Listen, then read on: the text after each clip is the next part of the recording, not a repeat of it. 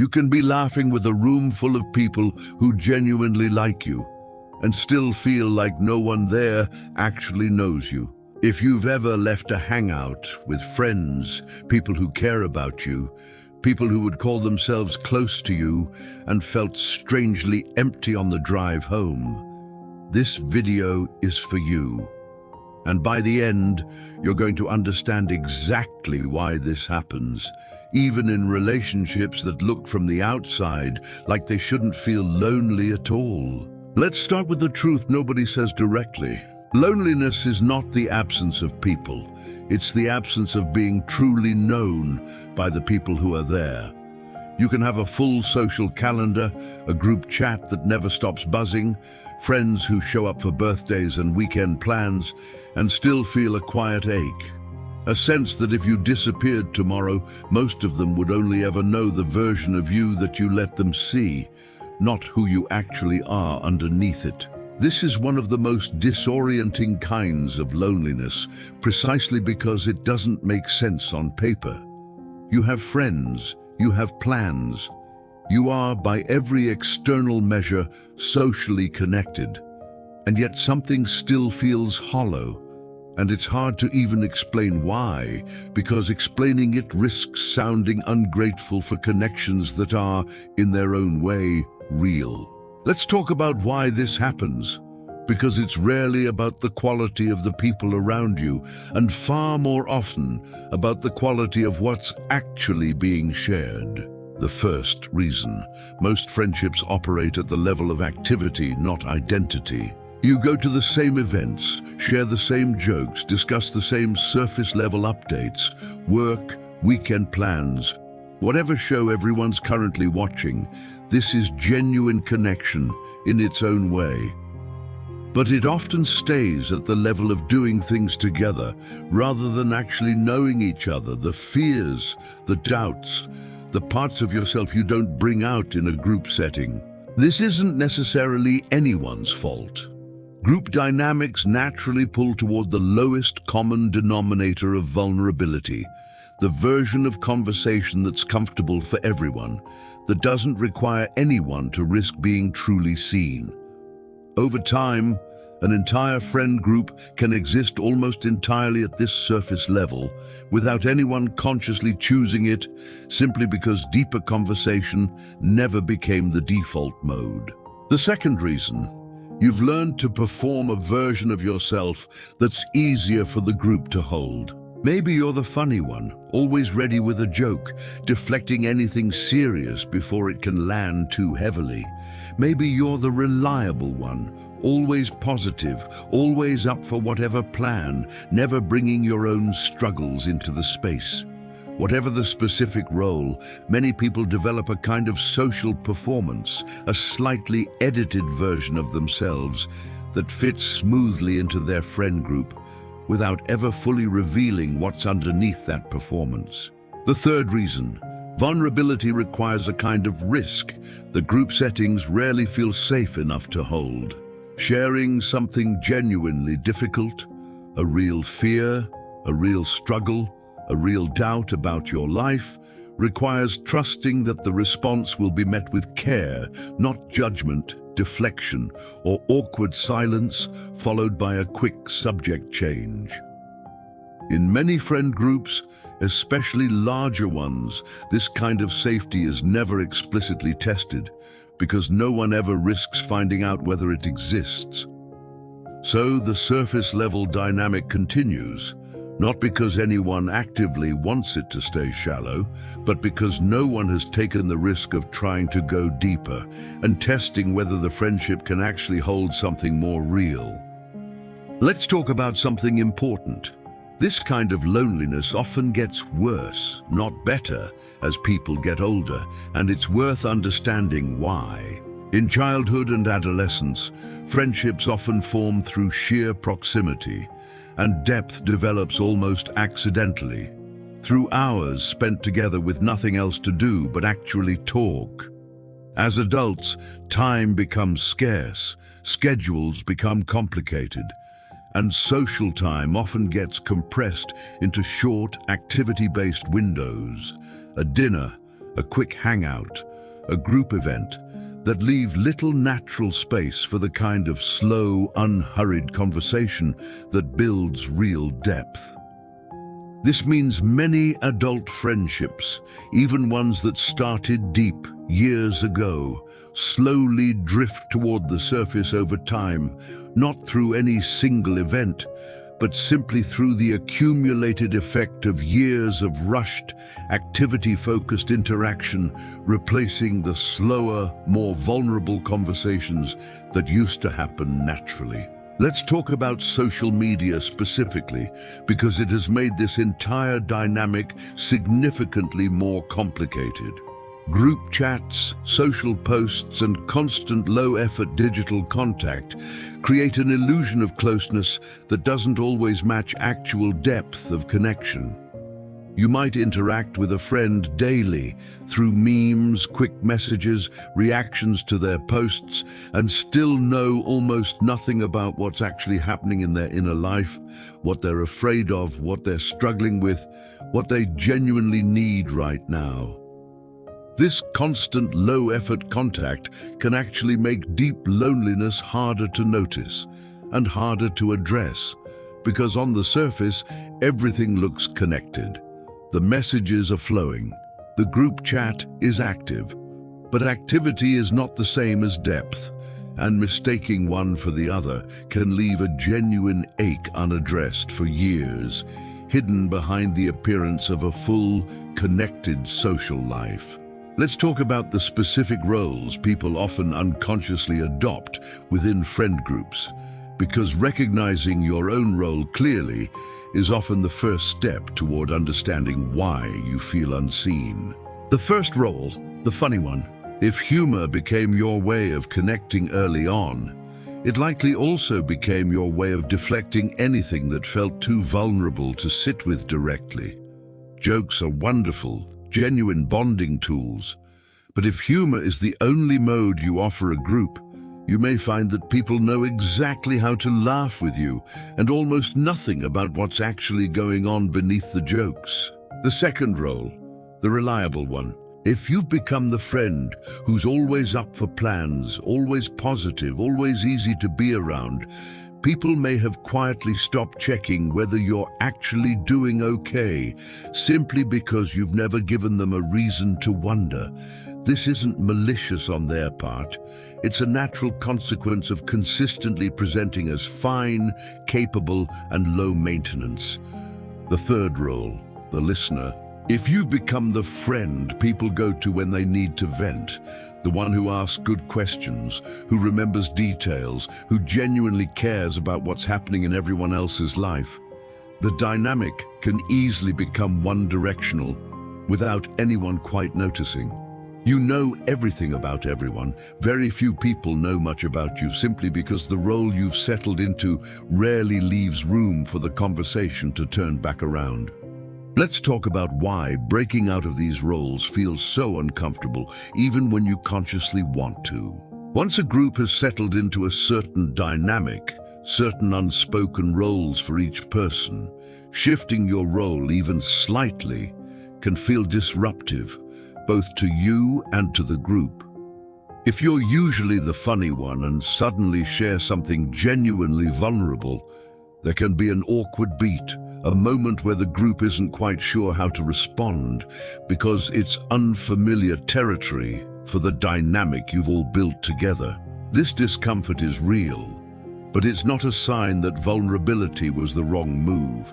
It's simply evidence that the group's patterns have calcified around a certain version of you, and any shift, even a healthy one, requires some initial friction before a new, more honest pattern can establish itself.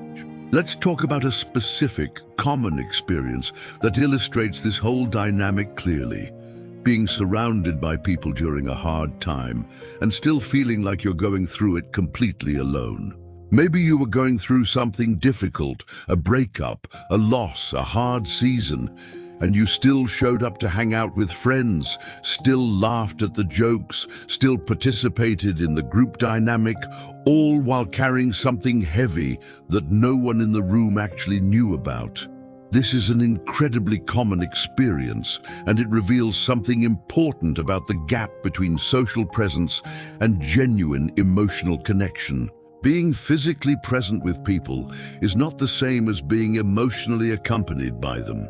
You can be in a room full of people who care about you and still be entirely alone with whatever you're actually carrying, simply because the space for that weight to be shared was never opened by you or by them.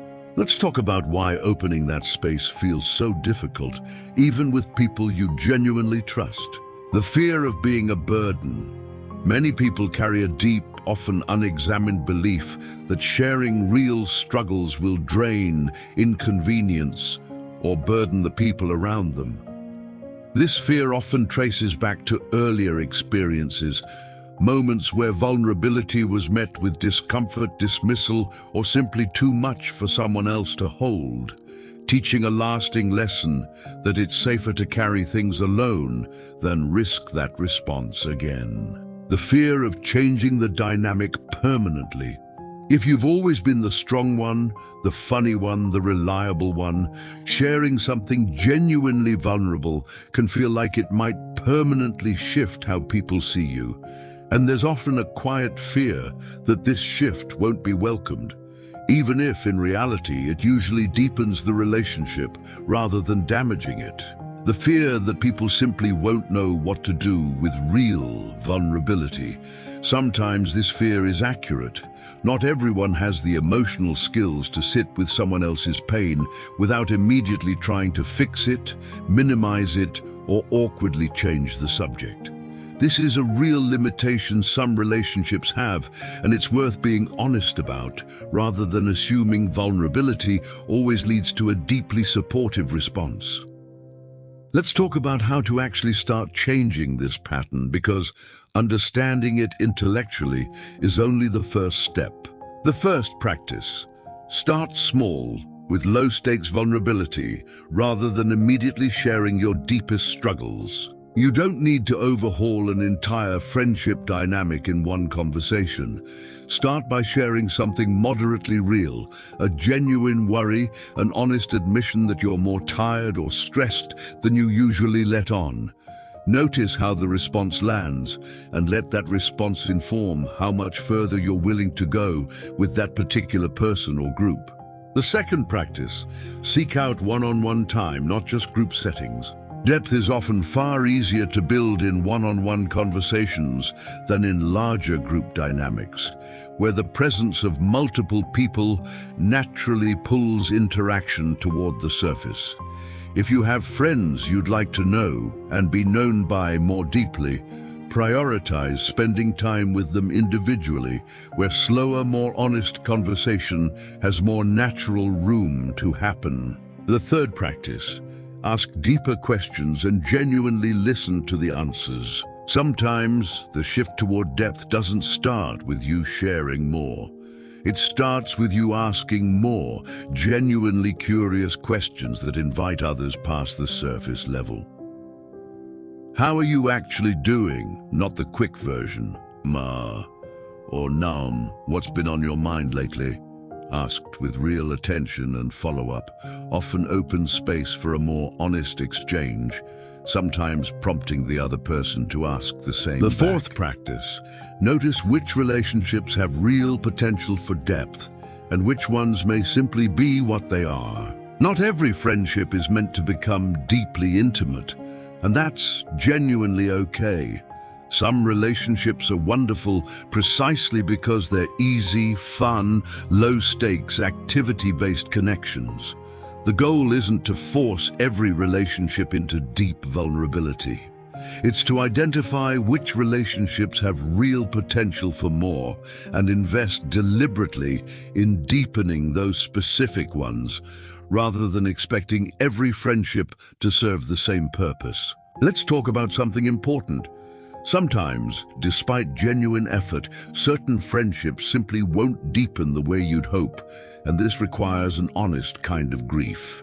You may love people deeply, enjoy their company genuinely, and still recognize over time that a particular friendship isn't capable of holding the depth you're looking for, not because anyone did anything wrong, but because of mismatched capacity, different life stages, or simply different needs from the relationship. This realization can be quietly painful, especially with long-standing friendships that once felt closer, or that you assumed would naturally deepen with time. Allowing yourself to grieve this mismatch rather than forcing a friendship to be something it isn't, or abandoning it entirely out of frustration, often leads to the healthiest outcome. You can still value and enjoy a friendship for what it genuinely offers: connection, fun, shared history, while also acknowledging honestly that it may not be where your deepest needs for being known get met.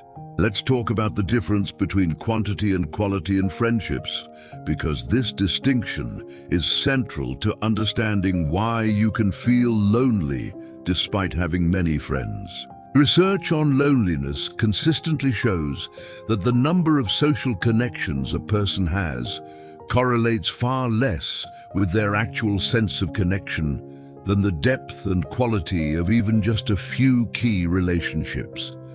Someone with a large, active social circle, but no relationships that go beneath the surface, often experiences more genuine loneliness than someone with a small handful of friends who truly know them. This means the solution to this kind of loneliness is rarely about acquiring more friends, more social events, more group activities. It's about deliberately deepening the relationships you already have, or seeking out the specific kind of connection that's actually been missing, rather than assuming more surface-level socializing will eventually fill a gap that only depth can actually address. Let's talk about a specific mental shift that can help you approach this differently going forward.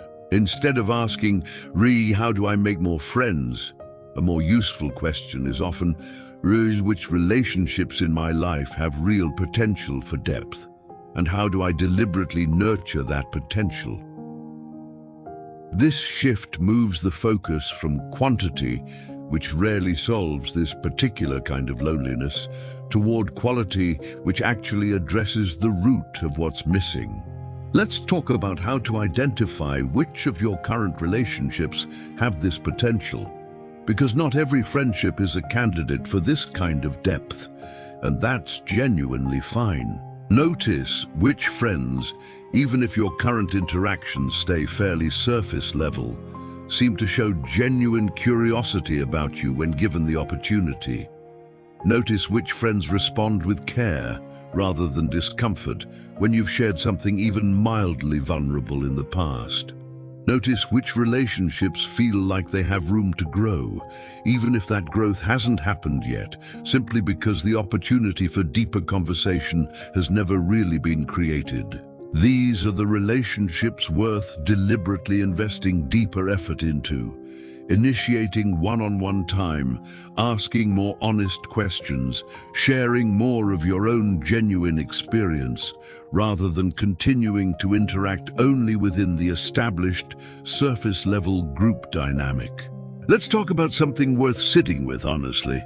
Sometimes, this kind of loneliness reveals something not just about your friendships, but about your own relationship with vulnerability itself. If you consistently find yourself performing a role, the funny one, the strong one, the easy one, across multiple different friend groups and relationships, the pattern may say as much about your own comfort with being truly seen as it does about the people around you. This isn't meant as self-blame. It's meant as useful information. If vulnerability feels difficult across the board, not just with one specific group, the deeper work may be building your own capacity to be known, not simply finding better friends who might somehow draw it out of you without any effort on your part. Let's talk about where this discomfort with vulnerability often originates, because understanding its root makes it far easier to work with directly. For many people, Early experiences taught that vulnerability wasn't safe or wasn't welcomed. Maybe emotional needs weren't really discussed growing up.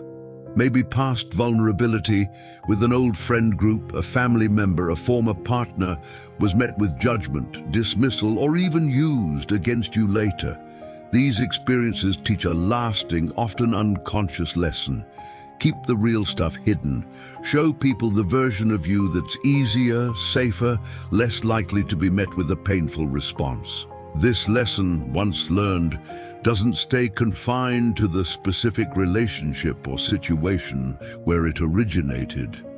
It becomes a general pattern, carried into every new friendship, every new group, quietly shaping how much of yourself you allow anyone to actually see, regardless of whether the new people in your life would have responded any differently than the ones who taught you this lesson in the first place. Let's talk about how to begin rebuilding trust in vulnerability, even if past experiences have made it feel genuinely risky.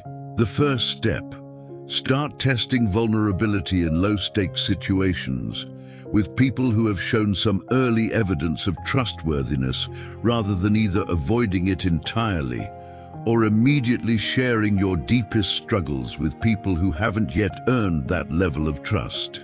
The second step: pay close attention to how people actually respond when you do share something real, rather than assuming, based on past experiences, how they will respond before giving them the chance. The third step: recognize that not every instance of vulnerability needs to be met with a perfect response to be worthwhile. Sometimes someone will respond a little awkwardly, not because they don't care, but because they're genuinely unsure how to respond well. This doesn't necessarily mean vulnerability was a mistake. It sometimes simply means the other person needs practice too, just as much as you do. Let's talk about a way to think about all of this that might help you hold on to it clearly. Imagine most social interaction existing on a spectrum, from pure surface, small talk, activity-based connection, logistics, all the way to genuine depth, real vulnerability, being truly known. Most friend groups, most casual friendships, naturally settle somewhere on the surface end of this spectrum. Not because anything is wrong, but because depth requires deliberate effort that doesn't happen automatically, especially in group settings. Feeling lonely despite having friends often simply means you're craving connection further along this spectrum than your current relationships have naturally settled into. This isn't a flaw in you or necessarily in your friends. It's simply information showing you exactly where deliberate effort on your part, or through seeking new connections capable of that depth, actually needs to go. Let's talk about how this specific kind of loneliness affects mental health over time, because it's worth taking seriously, not dismissing as a minor social inconvenience.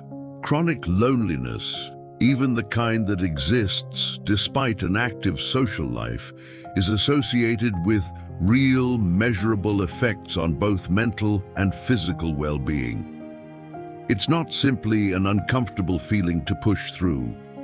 Left unaddressed, it can contribute to anxiety, low mood, and a persistent sense of disconnection that colors how you experience even objectively positive moments in your life. This is part of why addressing this kind of loneliness deliberately, rather than assuming it will simply resolve itself over time, matters. Surface-level socializing on its own, without any deliberate effort toward depth, rarely resolves this specific kind of ache, no matter how much of it accumulates. Let's talk about what to actually do with everything we've covered, practically starting today. First, identify one relationship in your life that has real potential for depth, even if it currently stays fairly surface level. This week, initiate one-on-one time with that person specifically. Second, Practice sharing one moderately vulnerable thing this week with someone you trust reasonably well. Not your deepest struggle. Something real but manageable as practice. Third, notice which role you tend to play in your friend groups, the funny one, the reliable one, the listener, and consider one small way you could shift that role, even slightly, in an upcoming interaction. Fourth, ask someone a genuinely deeper question than you normally would, and actually listen fully to their answer, without immediately redirecting the conversation back to lighter, easier territory. Let's talk about something important before we finish.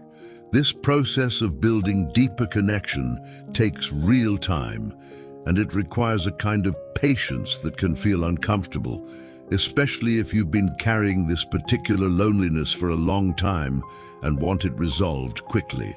Depth in relationships is built slowly, through repeated moments of vulnerability met with care, accumulated over time, not through a single conversation that instantly transforms a surface-level friendship into a deeply known one.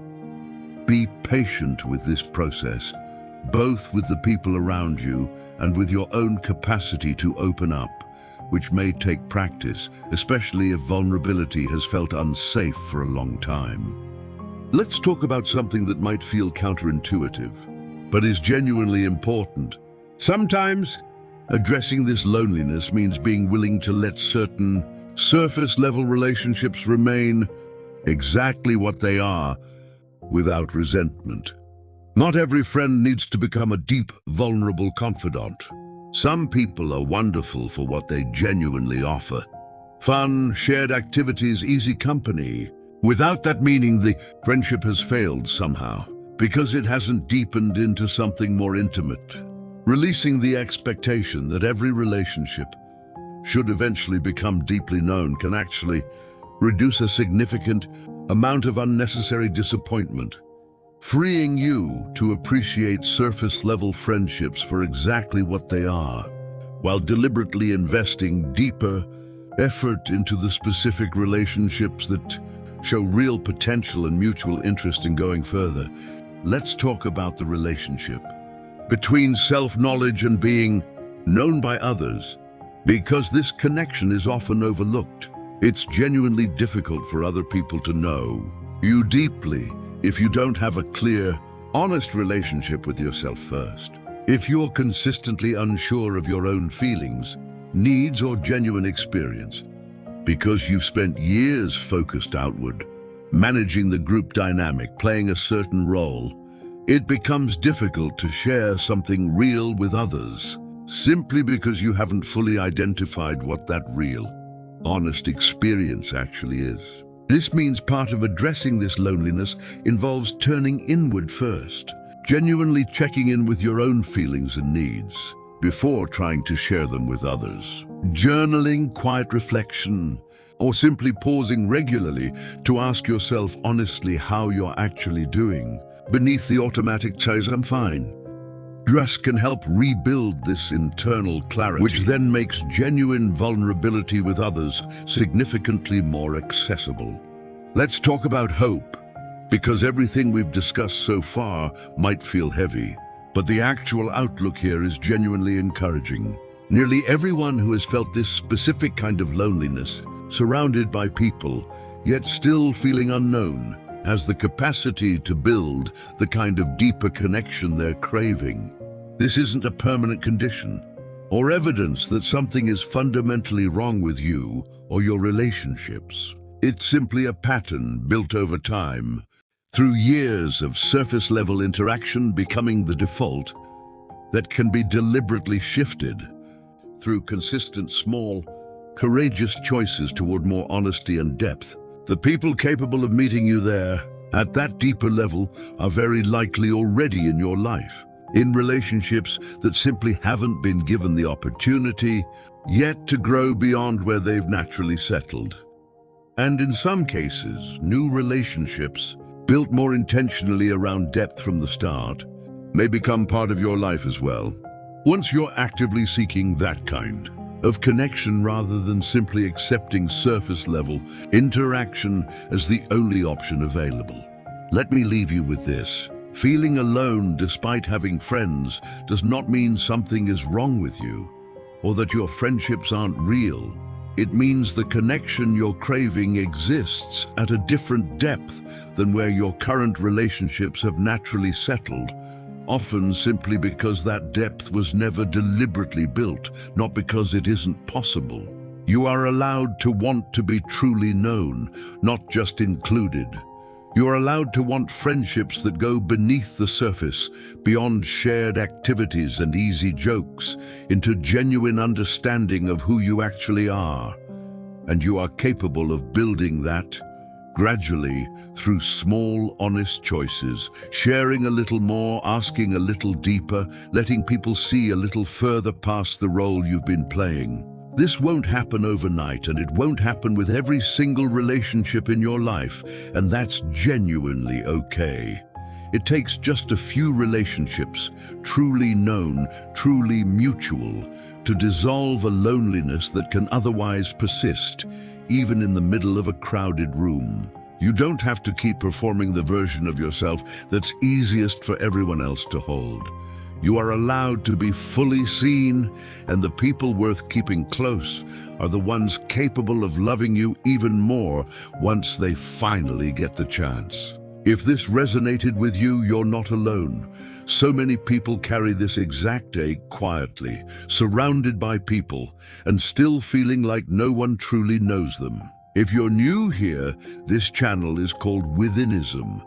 We talk about things like this every week, the loneliness nobody names and the honest, gentle work of finally being truly known. If this video helped you, subscribe. Not for me, for the version of you that's ready to be seen, not just included.